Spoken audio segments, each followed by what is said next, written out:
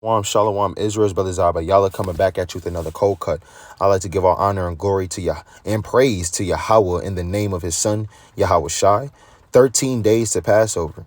13 days to Passover. And we've been, Lord willing, trying to exhort, kind of keep our spirits on fire, continue to watch so that day doesn't come upon us unawares, but to ultimately, to continue to grow and to learn.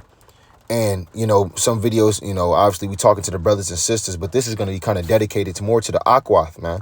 The sisters that work hard in Yahweh Bashim Yahushua, the sisters that labor, right? And raiment, making raiment, may have a husband and, opened up, her house to brothers that's laboring, brothers that's passing cities, cooking, in any way, shape or form, doing the work for the Lord in these last days.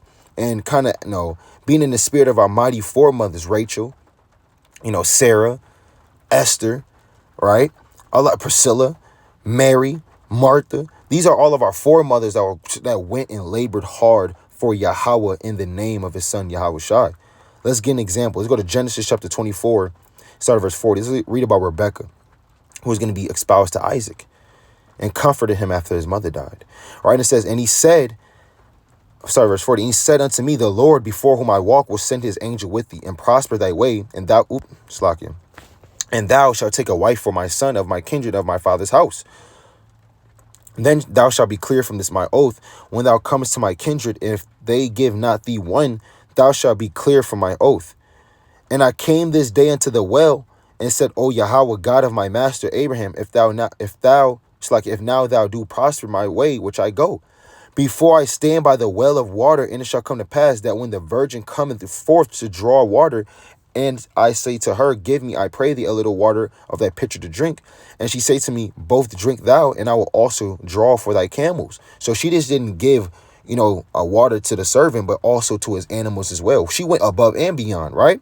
That's the spirit our sisters should be in, going above and beyond, especially for the Passover coming up, man. It's not about just the outward adorning apparel. It's about the spirit, going above and beyond in the spirit. You have a husband, and you see him laboring mightily for his household. If he's part of a congregation, if not, he kind of learning new things, trying to get himself out of his comfort zone. Guess what? The sisters should be in the same spirit as well, operating as one flesh, right? And it says, and she said, both drink thou, and I will also draw for thy camels. Let the same be with the women whom the Lord hath appointed out for my master's son. And before I had done speaking in my heart, guess what? Before he was done speaking in his mind, what she do? Behold, Rebekah came forth with her pitcher on her shoulder, bearing burdens, man. And she went down into the well and drew water. And I said unto her, let me drink, I pray thee. And what did she do? And she made haste. She made haste. Where did it say she kissed her teeth? Where did it say she rolled her eyes? Right? Where did it say, you can do it yourself? No, she made haste. She just didn't do her job. She went above and beyond, and she executed it quickly, man. And let down her pitcher from her shoulder and said, drink, and I will give thee camels drink also. So I drank, and she made the camels drink also, man. This is the spirit of our foremother was in. You want to be a Proverbs 31 woman. You want to be like our mighty foremothers. You got to do what they have done. We got to act like how they act, man. Not just for brothers, but sisters as well. Imagine laboring with Paul as a woman and getting a shout out, man. Right? Imagine laboring with Paul and getting a shout out in the book of Philippians. Let's go there. Let's go to Philippians chapter 4. And let's go start at verse 1. Therefore, my brethren, dearly beloved and longed for, my joy and crown, so stand fast in the Lord, my dearly beloved. I beseech Euodias and beseech and teach that they be of the same mind in the Lord. Right? And I entreat thee also, true yoke fellow, help those women which labor with me in the gospel, with Clement also, and with other my fellow laborers whose names are in the book of life. So in this account, Paul's not just naming the men, right? In all of his other epistles, shouting out Timothy and Titus, Mark, and all of these men that labor with Paul. But he also shouted out the women as well, Clement, Euodias, and Syntyche, that they be of the same mind. There's a lot of women that labor with Paul. Now, were they out there teaching on the highways and byways with Paul? where they were pulling precepts for Paul? When Paul was in the synagogues debating, in the schools debating, and they was doing breakdowns? No. How did they labor, man, for the church? What can women do for the church, man? They can provide garments, sewing, cooking, you know. There's a lot of things that women can do, for the congregation. They can teach the younger women, have classes for the younger women, teaching them how to be womanly, how to be practical as a woman. There's a lot of offices a woman can do, within the church that doesn't involve standing on the front lines, calling precepts and making Edomites kiss their damn heel, man. There's other offices and diversities of gifts that women can do. And guess what? These women went so hard. Their names are written in the Bible forever. You got to think about that. The Lord allowed their names to be written in the Bible forever. Let's go to 1 Corinthians chapter 16. Let's go to 1 Corinthians chapter 16 and let's start at verse number, let's see what we want.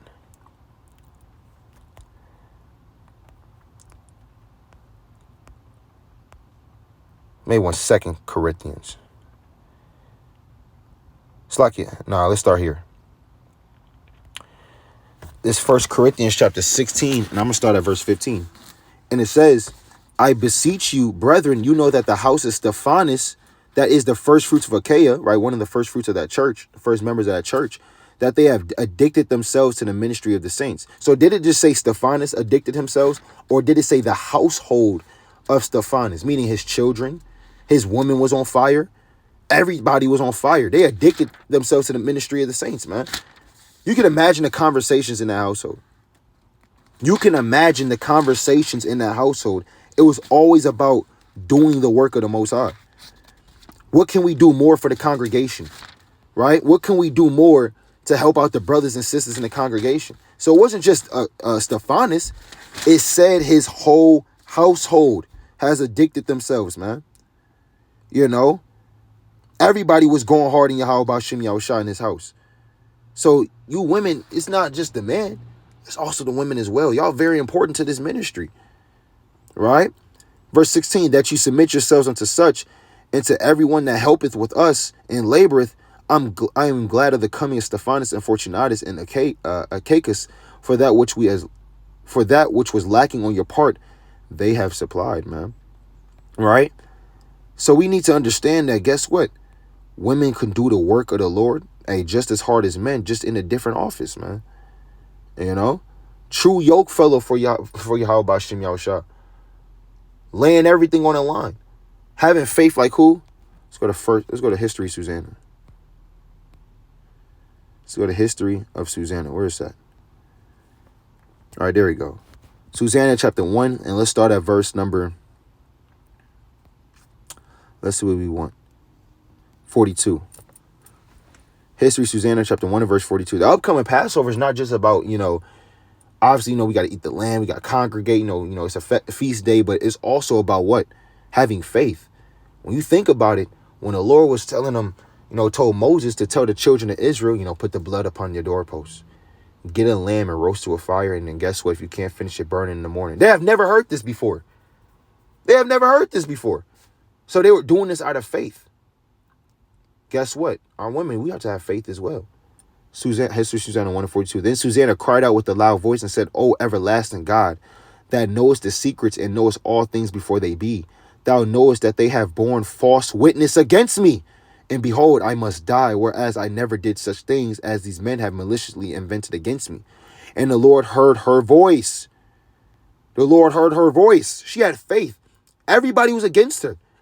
She's going against two elder men that were judges. Sirach chapter 8 told you not to go to law, with a judge, paraphrasing, because they're going to highly esteem him and judge him according to the honor. So she was by herself until the Lord heard her voice, man. Faith. Let's go to the book of 1 Samuel chapter 1. Let's go to the book of 1 Samuel chapter 1, verse 1. Right?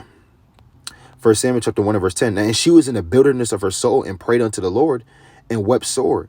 And she vowed a vow and said, O Lord of hosts, if thou wilt indeed look on the affliction of thine handmaid and remember me, and not forget thy handmaid, but will give unto thy handmaid a man child, then I will give him unto the Lord all the days of his life, and there shall no razor come upon his head. And it came to pass, as she continued praying before the Lord, that Eli marked her mouth, man. Now Hannah, she spake in her heart, only her lips moved, but her voice was not heard. Therefore Eli thought she had been drunken. So she was whispering, but praying to Yahweh Shem Yahushua that the Lord gave her a man child. Samuel was born. And she said, I will give him to the Lord all the days of my life. And guess what? The Lord allowed it to come to pass. That's faith. She can't control her. She could have went to all the doctors in the land and try to figure out what's going on, but she bowed her knees before the Lord, man, facing towards the east with her head covered. That's the faith that our women should have as well. So it's not just about, obviously we know we get on the men a lot to lead righteously and to be that example, but it's also, you women as well, got to do this work, have the faith, prepare for the Passover spiritually and physically.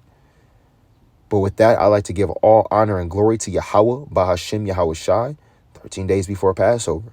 Let's get right.